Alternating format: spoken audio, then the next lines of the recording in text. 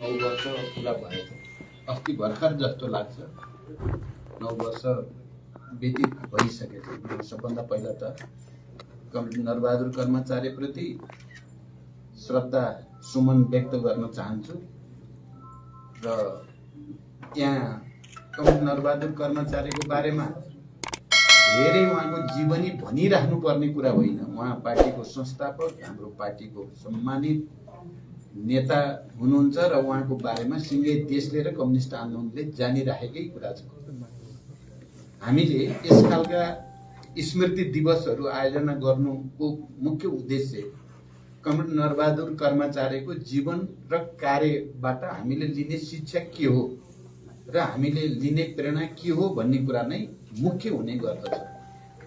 र हामी हरेक वर्ष उहाँको स्मृति दिवस मनाउँदै गर्दा तिनै कुराको बारेमा चर्चा गर्ने गर्छौं र त्यसबाट केही न केही शिक्षा र प्रेरणा लिएर अगाडि बढ्ने प्रतिबद्धता व्यक्त गर्दछौं। यस सन्दर्भमा हाम्रो पार्टीका केन्द्रका वरिष्ठ उपाध्यक्ष सहयोगता कमरेड नारायण काजी श्रेष्ठले यहाँ संक्षिप्तमा र सठिक रूपमा कुरा राखि नै सक्नु भएको छ। कुरा त्यही नै हो।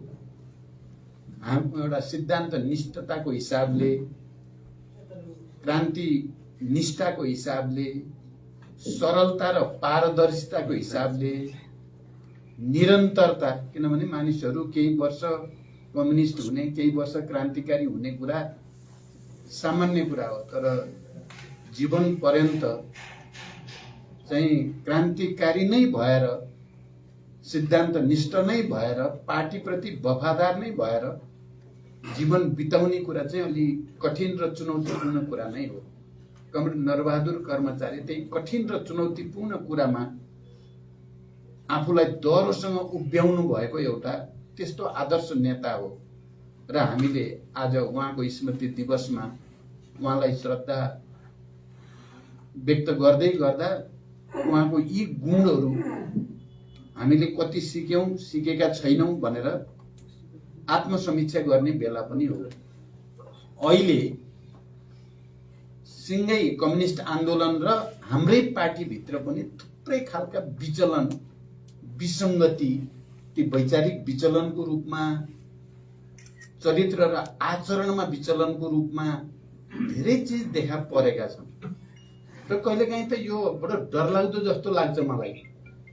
हामी हिजो पार्टी स्थापना भएर हाम्रा अग्रजहरूले कम्युनिस्ट सिद्धान्त र आचरण प्रति इमानदार भएर जीवन बिताउने प्रतिबद्धता गर्दै गर्दा एउटा पार्टी सदस्यता प्राप्त गर्नको निम्ति औँला चिरेर रगत निकालेर रगतले सहीसाब गर्दै गर्दा निरङ्कुशताका विरुद्ध, सामन्तवादका विरुद्ध र वैदेशिक हस्तक्षेपका विरुद्ध लडाईँ लड्ने कमिटमेन्ट गर्दै गर्दा ती अग्रजहरूले हामीलाई उत्तराधिकारका रूपमा जे सुम्पिनु भयो र हामीले हिजो निरङ्कुश तन्त्रका विरुद्धको लडाईँमा, त्यो लामो सङ्घर्षमा, पञ्चायत विरोधी सङ्घर्ष होस् या त्यसपछि जनयुद्ध र जनआन्दोलनका चरणमा हामीले उहाँहरूका असल शिष्य बन्ने हाम्रा अग्रज नेताहरू कमरेड नरबहादुर कर्मचारी जस्ता इमानदार, सिद्धान्तनिष्ठ, क्रान्तिकारी नेताको असल उत्तराधिकारी बन्ने प्रण गरेर नै हामी अगाडि बढेको हो र आज देशमा जे जति परिवर्तन भयो त्यस्तै कमिटमेन्ट र त्यसको निम्ति इमानदार प्रयासले नै भएको हो। तर अहिले हेर्दा हेर्दै स्थिति फेरिएको छ। अहिले त्यो आदर्शको निम्ति समर्पित भएर काम गर्ने भन्दा व्यक्तिगत पद, प्रतिष्ठा, फाइदा इत्यादिको निम्ति नै बढी प्रतिस्पर्धा। हिजो क्रान्तिकारी बन्नको लागि प्रतिस्पर्धा हुन्थ्यो, अहिले व्यक्तिवादी र अराजकतावादी स्वार्थी बन्न प्रतिस्पर्धा हुने हो कि भन्ने खतरा देखा परेको छ। साँच्चै चिन्ताजनक छ यो स्थिति र यो स्थिति बदल्न सकिएन भने कम्युनिस्ट आन्दोलनको भविष्य, क्रान्तिको भविष्य बडो अप्ठ्यारोमा पर्छ। त्यसैले आज हामीले कमरेड नरबहादुर कर्मचारीलाई सम्झिँदै गर्दा हामी सबैले आफैबाट रूपान्तरणको, क्रान्तिकारी निष्ठाको, हाम्रो आचरणमा आउन खोजेको विचलनका विरुद्ध सङ्घर्षको सङ्कल्प हामीले गर्न सक्छौँ कि सक्दैनौँ? हामी त्यसो गर्ने अघि यहाँ कमरेड नारायण काजी श्रेष्ठले भने जस्तै हाम्रो पार्टीले एउटा चाहिँ समाजवादी क्रान्तिको तयारी या क्रान्तिकारी पार्टीको विकास या 21औं शताब्दीको निम्ति आवश्यक क्रान्तिकारी विचारको विकास र स्पष्टता गर्न हैसियत भएको पार्टी नेकपा माओवादी केन्द्र नै हो। अहिले देशमा भएका पार्टीहरू मध्ये यो पार्टीले मात्रै यसको विगत विरासत पनि क्रान्तिकारी छ, यसको सिद्धान्त विचार पनि क्रान्तिकारी नै छ। हामीले 8औं राष्ट्रिय महाधिवेशनमा प्रस्तुत गरेका विचारहरू दस्तावेजहरू पनि क्रान्ति प्रति इमानदार भएर नै प्रस्तुत गरिएका छन्। तर हाम्रो संगठन र हाम्रो आचरणमा जो समस्या देखिएको छ यसलाई बदल्ने आँट हामीले गर्नै पर्छ भनेका छौँ हामीले, र त्यही अनुसार नै हामी निरन्तर लागि पनि राखेका छौँ। तर हाम्रो प्रयत्न अझै पर्याप्त भएको छैन। हामीले अझै सङ्घर्ष गर्नु छ, हामीले आत्मसङ्घर्ष पनि गर्नु छ, आफैसँग पनि पार्टी भित्रै छलफल बहस गर्नु छ रूपान्तरणको निम्ति, समाजमा पनि त्यो सङ्घर्ष गर्नुपर्ने छ। किनकि क्रान्तिकारी विचार र क्रान्तिकारी आन्दोलनको बलमा प्राप्त भएका उपलब्धिहरू खोज्ने षड्यन्त्र प्रतिक्रियावादीहरूले छोडेका छैनन्। हामीले जो सङ्घीय लोकतान्त्रिक गणतन्त्र भनेका छौँ, धर्मनिरपेक्षता भनेका छौँ, समावेशी समानुपातिक प्रतिनिधित्व प्रणालीको कुरा गरेका छौँ, यी चिजहरूलाई नै उल्ट्याउने षड्यन्त्र चाहिँ अहिले पनि जारी नै छ। कुनै न कुनै रूपले सङ्घीयता अनावश्यक भनेर अहिले खुलेआम हिजो त्यसलाई स्वीकार गरेर संविधानमा भूमिका खेलेका भनेका पार्टी र नेताहरूले नै त्यसका विरुद्ध जिहाद छेड्न थालेका छन्। यो परिस्थितिमा हामी वैचारिक राजनीतिक ढङ्गले क्रान्तिकारी कम्युनिस्ट पार्टीको पक्ष पोषण गर्ने, यो परिवर्तनको रक्षा गर्दै अझ ठुल्ठुला परिवर्तनको निम्ति अगाडि बढ्ने जो सङ्कल्प गरेका पार्टीका नेता कार्यकर्ता समर्थक शुभचिन्तकको निम्ति यो एउटा ठुलो चुनौतीको विषय छ। हामीले धेरै ठुलो त्याग र बलिदानबाट प्राप्त भएका उपलब्धिको रक्षा गर्न सक्छौँ या सक्दैनौँ, र त्यसको जगमा टेकेर अझ बढी उपलब्धिको निम्ति अगाडि बढ्न सक्छौँ कि सक्दैनौँ, यो प्रश्न हाम्रो अगाडि छ। अहिलेको सारा अन्तर्राष्ट्रिय परिस्थितिहरू, अन्तर्राष्ट्रिय वर्ग सङ्घर्षको स्थितिहरू, पुँजीवाद विकसित हुँदै गएर वित्तीय एकाधिकार पुँजीवादमा पुगेको, नवउदारवादको हावा चलिरहेको, एकातिर कम्युनिस्ट आन्दोलन रक्षात्मक देखा परेको, आक्रमक ढङ्गले जान समस्या भइरहेको, सबभन्दा ठुलो चुनौती अन्तर्राष्ट्रिय रूपमा पनि विचारलाई स्पष्ट गर्ने, विचारलाई विकास गर्ने चुनौतीको सामना गरिराख्नु परेको, विज्ञान प्रविधिको विकासले पैदा गरेको मानिसहरूको आपसी सम्बन्धहरूलाई नयाँ ढङ्गले परिभाषित गर्नु परेको, जलवायु परिवर्तन र पर्यावरण विनाशको कारणले उत्पन्न समस्याहरूको समाधान गर्नु परेको, अनि जनतालाई प्राकृतिक साधन स्रोतमाथि उनीहरूको स्वामित्व जगैदेखि समुदायको स्वामित्व स्थापित गर्नु परेको, उत्पादन वृद्धि, श्रम र सांस्कृतिक रूपान्तरणको अभियानलाई एकीकृत र केन्द्रीकृत रूपले चलाउनु पर्ने दायित्व अगाडि आइरहेको परिस्थिति हो यो। अब यो परिस्थितिमा हामीले कमरेड नरबहादुर कर्माचार्य जस्ता व्यक्तित्वको चर्चा गर्दा, उहाँको जीवनबाट प्रेरणा लिँदा चाहिँ हामीले यिनै चुनौतीको सामना गर्ने प्रतिबद्धता व्यक्त गर्नुमा छ भन्ने मलाई लाग्छ। मैले हेर्दा चाहिँ कमरेड नरबहादुर कर्माचार्य, किनकि झन्डै 6 वर्ष म उहाँकै साथमा, झन्डै उहाँकै काखमा भने पनि हुन्छ बसेँ जति बेला जनयुद्धको तयारीको अवधि थियो। वैचारिक राजनीतिक बहस, सङ्घर्ष, सङ्गठन रूपान्तरणका सबै र जनयुद्धसँग सम्बन्धित सबै चाहिँ भित्री कुरा मैले कमरेड नरबहादुर कर्माचार्यसँग गर्थेँ। उहाँसँगै बसेको थिएँ। मैले त्यसो गरेर उहाँको जीवनका साना साना कुरादेखि ठुला कुरासँग नजिकबाट निहाल्ने मलाई अवसर पनि भयो।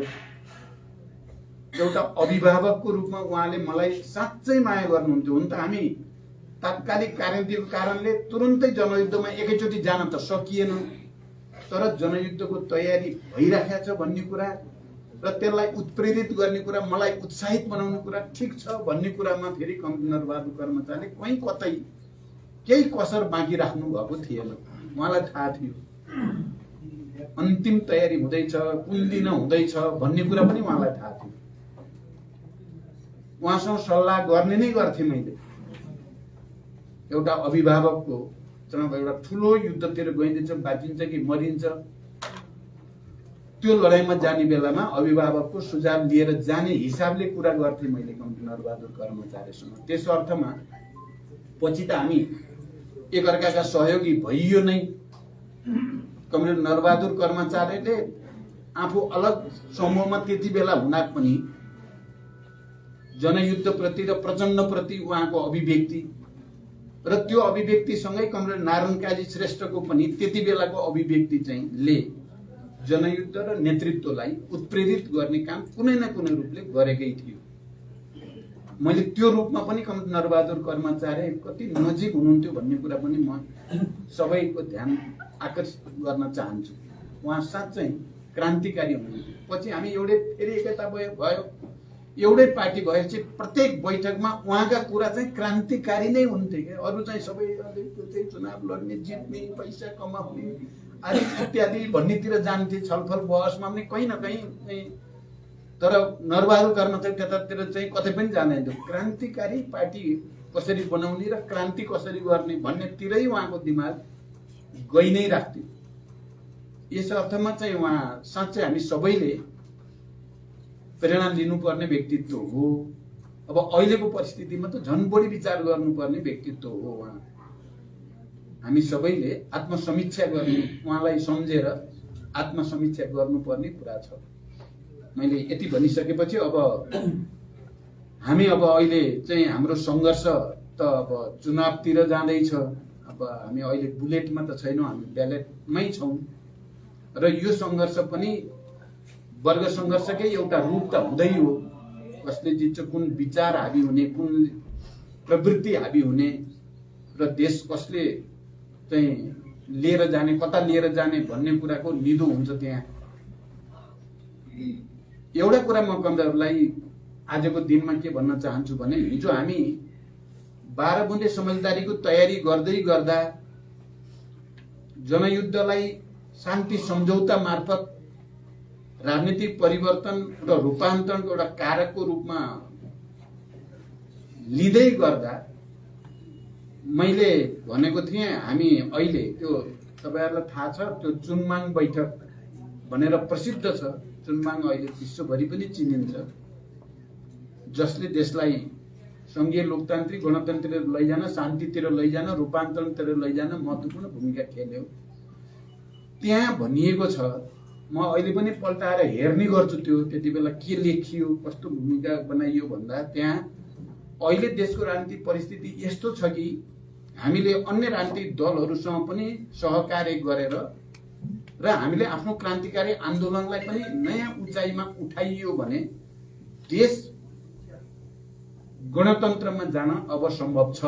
छिटै देशले पोल्टे फेर्छ, राजतन्त्रको अन्त्य हुन्छ, गणतन्त्र आउँछ नेपालमा भन्ने कुरा किटेर लेखिया छ त्यति बेला। 12 बुँदे समझदारी हुनुभन्दा 2-3 महिना अगाडिको कुरा हो। किटेर लेखिया छ, गणतन्त्रमा अब देश पुग्छ र त्यसको नेतृत्व हामीले गर्नुपर्ने हुन्छ। हामी निरपेक्ष भएर, अधिभूतवादी र यान्त्रिक भएर चाहिँ कुरा गर्यौं भने जनयुद्ध पनि खतरामा पर्न सक्छ। वस्तुवादी र क्रान्तिकारी भएर परिस्थितिलाई ठिक आकलन गरियो भने देशलाई गणतन्त्रमा लैजाने श्रेय माओवादी आन्दोलनलाई प्राप्त हुन्छ भनेर लेखिया छ एउटा। दोस्रो के लेखिया छ भने तर त्यो गणतन्त्र जनताको गणतन्त्र हुन्छ कि प्रतिक्रियावादी बुर्जुवा गणतन्त्र हुन्छ अहिले निदो छैन। त्यो चाहिँ क्रान्तिकारीहरूले मेहनत गरेर बल गरेर चाहिँ जाँदा त्यो गणतन्त्रलाई हामीले बिस्तारै जनताको गणतन्त्र र समाजवादी गणतन्त्रतिर लान सम्भव हुन्छ। हामीले सकेनौं भने त्यो गणतन्त्र फेरि बुर्जुवा गणतन्त्र हुने खतरा पनि छ भनेर दोस्रो कुरा लेखिएको छ। आजको दिनमा तपाईहरुले हेर्यो भने राजनीति त्यसकै वरिपरि घुमिराखेको छ। संघीय लोकतान्त्रिक गणतन्त्रता छ, संविधानले त्यसलाई व्यवस्था पनि गरेको छ, समाजवाद उन्मुख राज्यको परिकल्पना पनि गरिएको छ।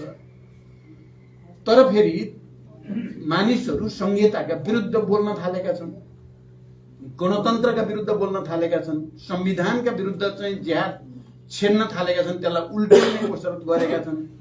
त्यही आज परिस्थिति ठ्याक्कै चुनमाङमा भन्या जस्तै कसको हुने हो यो गणतन्त्र, जनताको हुने हो कि बुर्जुवा प्रतिक्रियावादीको भन्ने लडाईँ चाहिँ अहिले चलिरहेको स्थिति छ। त्यसकारण हामी सबैले अब यति नै हो। कयौं साथीहरूलाई के परेको देखिन्छ भने अब यही हो क्रान्ति भने जे भने यति नै हो। अब आफ्नो चाहिँ व्यक्तिगत हित, आफ्नो पद प्रतिष्ठा, आफ्नो परिवार, आफ्नो स्वार्थ पूर्ति गर्नेतिर लागे पुग्छ भने जस्तो मानसिकता बनेको छ। स्थिति त्यस्तो होइन, स्थिति त्यस्तो होइन। हामीले यो परिवर्तनको रक्षा गर्ने र यसलाई समाजवादतिर चाहिँ डोर्याउनको लागि अझ ठुलठुला बहस र संघर्षबाट गुज्रिनु छ। यो छैन भन्ठान्यौं भने हामीले गल्ती गर्छौं। अहिले हामीले निर्वाचन प्रणालीका कुरा छन्। यो निर्वाचन प्रणाली बिस्तारै बिस्तारै सुरुमा त क्रान्तिको रापताप, आन्दोलनको रापताप हुँदाखेरि त जो उठे पनि जित्ने जस्तो भएको थियो। 64 को चुनाव सम्झ्यो भने माओवादी भनेर उठाएपछि जितिहाल्ने जस्तो भएको थियो नि चाहिँ सबैतिर। अहिले त्यस्तो छैन।